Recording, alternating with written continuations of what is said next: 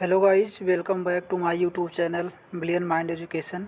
इस वीडियो के माध्यम से हम संधि को पहचानने का सही तरीका जानेंगे और स्वर संधि के जो 5 प्रकार हैं, चाहे वो यण संधि हो चाहे अयादि संधि, इसमें दोनों है जो बहुत गलत होने का चांस रहता है। और इस वीडियो के माध्यम से मैं एक ऐसी ट्रिक जानेंगे जिसके बाद चाहे दीर्घ संधि हो, गुण संधि हो, वृद्धि संधि हो, यण संधि हो या अयादि स्वर संधि हो, इसमें से एक भी प्रश्न गलत नहीं होगा। इन दोनों की एक ऐसी ट्रिक है इस वीडियो के अंतर्गत जिसमें आप कभी भी भूलने का नाम नहीं लेंगे। चलिए तो देखते हैं जल्दी से, बिना देर किए हम इस टॉपिक को ख़त्म करेंगे। तो सबसे पहले आपको जानना होगा संधि के बारे में कि संधि क्या है। इंग्लिश में इसको हम ज्वाइनिंग कहते हैं। अब यहाँ पे देखिए, जो संधि है इसमें अगर पूछा जाए उपसर्ग कौन सा है तो सम उपसर्ग है। ठीक है, कौन सा उपसर्ग है? सम। कहते हैं कि दो वर्णों के मेल आवलिक योग से जो विकार परिवर्तन होता है उसे क्या कहते हैं? संधि। दो वर्णों के मेल योग से जो विकार परिवर्तन होता है उसे संधि कहते हैं। जैसे मान लीजिए देव प्लस आलय बराबर क्या होता है? देवालय। यहाँ का वा के जो लास्ट है, पहले शब्द का लास्ट वर्ण का आ और अंतिम शब्द के पहला वर्ण ले लेते हैं। जैसे यहाँ से आ प्लस बड़ा आ मिलके बड़ा हो गया, यहाँ पे देवालय बन गया। अगर आपसे पूछा जाए कि संधि की संस्कृत कौन सी होती है तो संस्कृत की भाषा क्या है? तो संस्कृत है। संधि की संस्कृत की भाषा क्या है? संस्कृत। इसका विलोम आपसे पूछा जाए, विलोम, विलोम का मतलब होता है विच्छेद या विग्रह, मतलब बड़ा करना। संधि में हम क्या करते हैं कि छोटा उसे कर देते हैं, जबकि इसका विलोम क्या हो जाएगा? विच्छेद यानी विग्रह, अलग अलग कर देते हैं।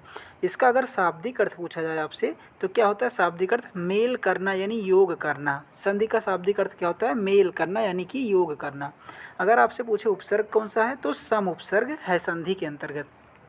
अच्छा, विच्छेद क्या होता है इसको भी जान लेते हैं कि दो वर्णों को अलग करना है, अलग अलग करना ही विच्छेद कहलाता है। दो वर्णों को अलग अलग करना ही विच्छेद कहलाता है। संधि की संरचना कितने प्रकार से होती है? 6 प्रकार। इसको आप नया सुन रहे हैं, अभी हम बताते हैं इसको 6 प्रकार से कैसे। तो इसके आगे चलते हैं। संधि के प्रकार कितने होते हैं? 3 होते हैं। इसको तो जानते ही होंगे, संधि के प्रकार कितने होते हैं? 3 होते हैं। ठीक है, जैसे पहला कौन सी है? स्वर संधि। ठीक है, दूसरा कौन सा है? व्यंजन संधि। तीसरा कौन सा है? विसर्ग संधि। अब देखिए, जो हमने ऊपर पढ़ा था, क्या पढ़ा था कि जो पढ़ा था कि संधि की संरचना 6 प्रकार से होती है, वो इस प्रकार से होती है कि यहाँ पे देखिए, स्वर संधि में आप स्वर प्लस स्वर लेते हैं, उसके संयोग से स्वर संधि बनती है। जबकि व्यंजन संधि में स्वर प्लस व्यंजन भी हो जाता है, व्यंजन प्लस स्वर भी हो जाता है और व्यंजन प्लस व्यंजन। यहाँ से 3 हो गए, यहाँ से 1 4, और यहाँ पे विसर्ग प्लस स्वर और यहाँ से भी विसर्ग प्लस व्यंजन। तो ये 2 हो गए, ये 3 5 और ये 1 6। तो इस प्रकार से संधि की संरचना जो है 6 प्रकार से हो जाती है। ठीक है, अब हम चलते हैं स्वर संधि के पास। देखिए, स्वर संधि एक्चुअली में है क्या कि स्वर संधि में होता है स्वरों का मेल। ठीक है, स्वर प्लस स्वर का मेल। यहाँ पे आप देखें हैं, इसकी जो मात्रा होती है ना, स्वर की मात्रा, यू आ से लेके किसके लिए होती है? यहाँ से किसकी मात्रा है? ये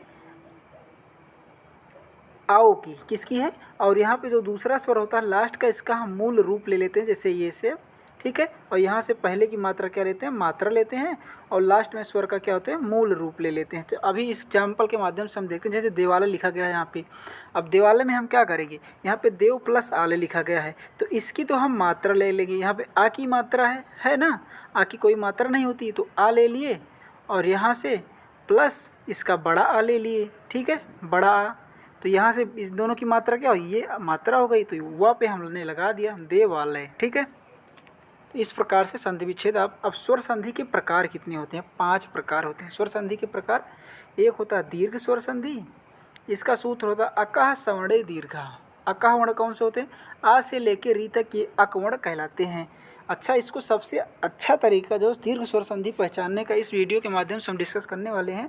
सबसे पहले तो ये जान लेते हैं इसका मेल कैसे होता है। जैसे आ प्लस आ का आ प्लस आ समान जाति से होता है, तो यहाँ पे बड़ा आ हो जाता है।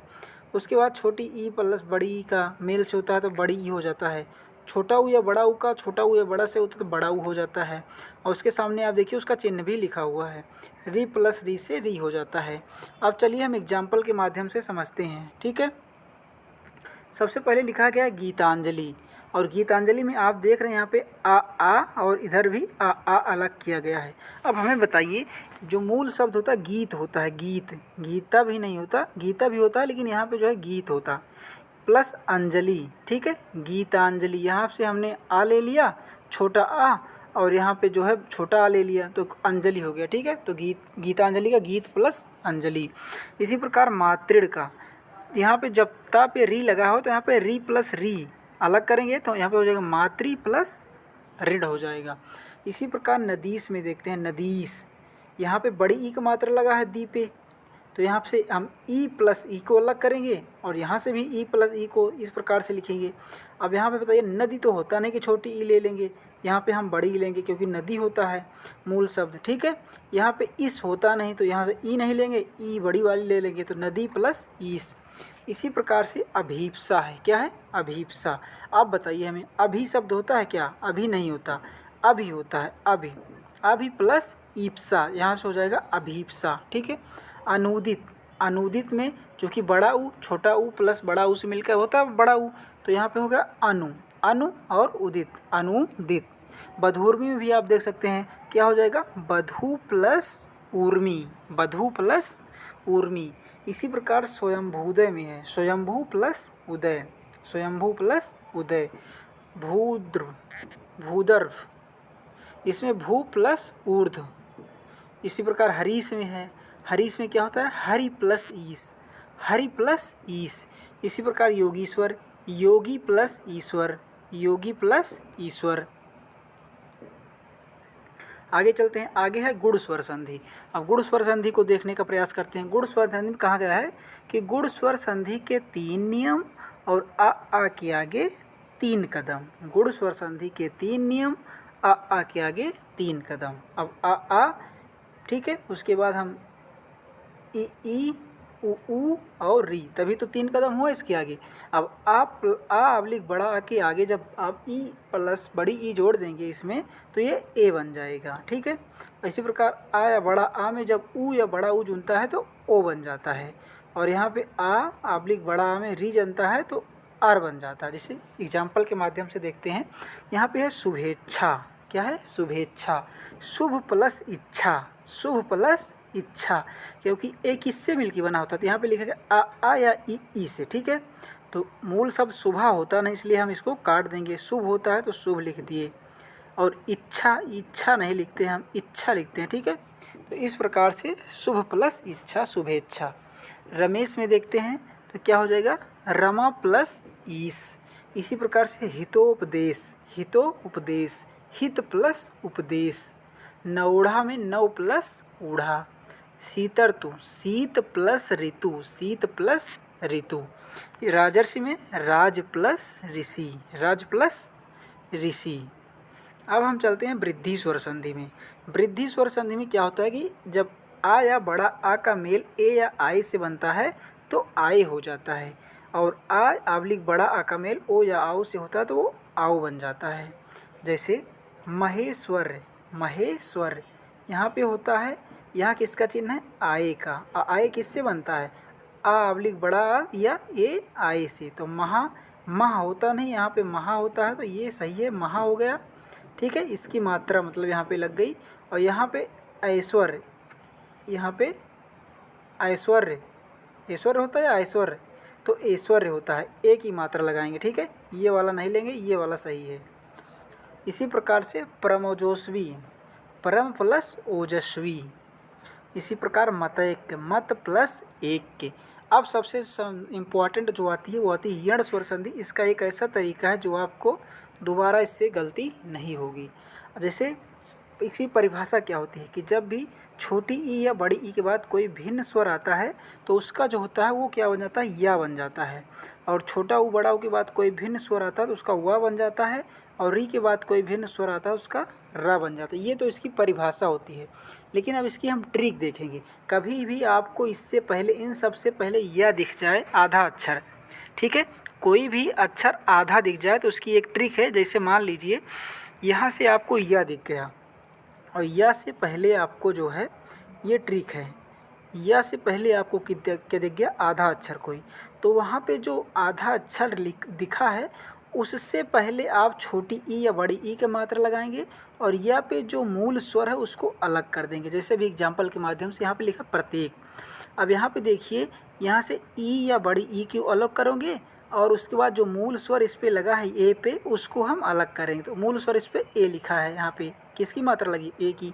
तो यहाँ पे देखिए छोटी ई की मात्रा जब लगाएंगे, जो आधा अक्षर है प्रति हो जाएगा, प्रति, प्लस यहाँ से ए ये हो गया और का अलग कर दिए तो एक हो गया। इसी प्रकार से स्त्री उचित, स्त्री उचित, स्त्री प्लस उचित, स्त्री प्लस उचित, उसके पर अत्यल्प है, अत्यल्प। अब देखिए यहाँ पे यह से पहले आधाता आया, तो हमने क्या कहा कि उससे पहले अगर यह से पहले कोई आधा अक्षर आता तो उसमें छोटी ई का मात्रा या बड़ी ई का मात्रा लगा दीजिए, जो उपयुक्त शब्द सही हो। तो यहाँ पे अति बड़ी ई की मात्रा लगा नहीं सकते, तो अति होगा, छोटी ई की मात्रा लगाए, और यहाँ से मूल स्वर आ है तो आ के बाद जो अल्प लप लिखा है इसको लिख दिए तो अल्प हो गया। चलिए अब व की ट्रिक देख लेते हैं।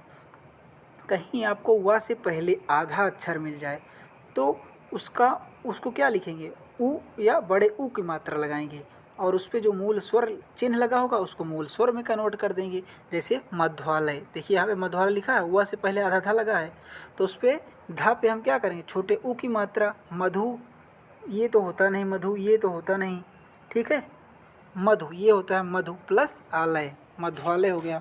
अन्वेषण, अन्वेषण, अब यहाँ पे जो है, यहाँ पे व से पहले आधा ना लगा है, तो हमने कहा अगर आधा आ जाए तो उसे छोटे ऊ या बड़े ऊ की मात्रा जिस प्रकार से आवश्यकता हो तो अनु लगाएंगे, और यहाँ पे मूल स्वर क्या है, किसका चिन्ह है, ए का, तो यहाँ पे एसड़ लिख दिए। इसी प्रकार मनवंतर में है मनु प्लस अंतर, क्या हो गया, मनु प्लस अंतर।